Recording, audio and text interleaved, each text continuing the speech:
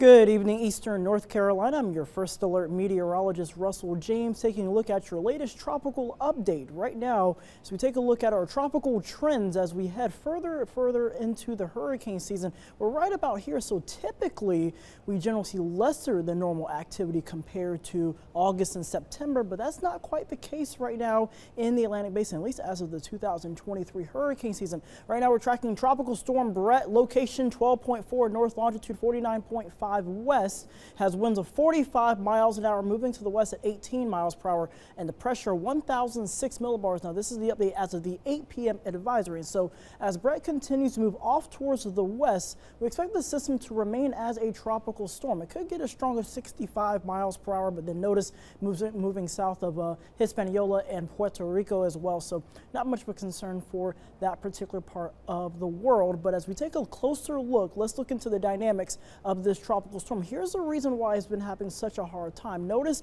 in some of the last couple of frames, you notice how it's sort of disorganized. What's happening is it's encountering a little bit of drier air, also some wind shear. But in the last couple of frames, notice that you see some of these darker reds and magentas. Thunderstorms are beginning to redevelop near the center of circulation. So as long as that continues, this system is going to continue to remain organized. Some of these storms extend well up into the atmosphere. We're talking several thousand feet as well. So as Bret continues to move off towards the west, most of the computer model guidance continue to keep it south of parts of Puerto Rico, may cross parts of the Windward Islands as we go into your Friday morning. A couple gusty showers and you may be some high rip currents, but nothing compared to what can happen if it was back in more of August or early September. Now, as we take a look at the next system, we're tracking Invest 93. That's the official name as of right now.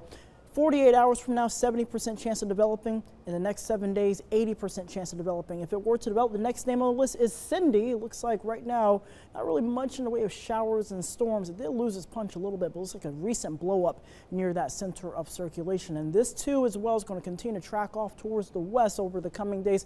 Now, what's interesting about this particular system is instead of moving due west like Bret is moving, this one could have a more northwesterly push as well. So both of these systems are still well away from the state of North Carolina and the southeastern United States. In fact, most of these storms are about 1 to 2 weeks away. So even if there was a risk of the system hitting our area, it's still 1 to 2 weeks out. But most of the systems are going to basically stay well away from eastern North Carolina.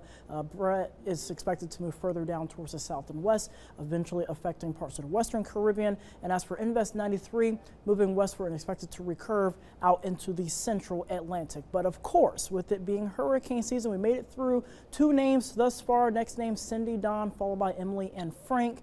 Doesn't look like Don, Emily, or Frank may not be forming anytime soon, but as always, you want to stay tuned to WITN for the latest information. And here's a quick look at what's happening closer to home for tonight.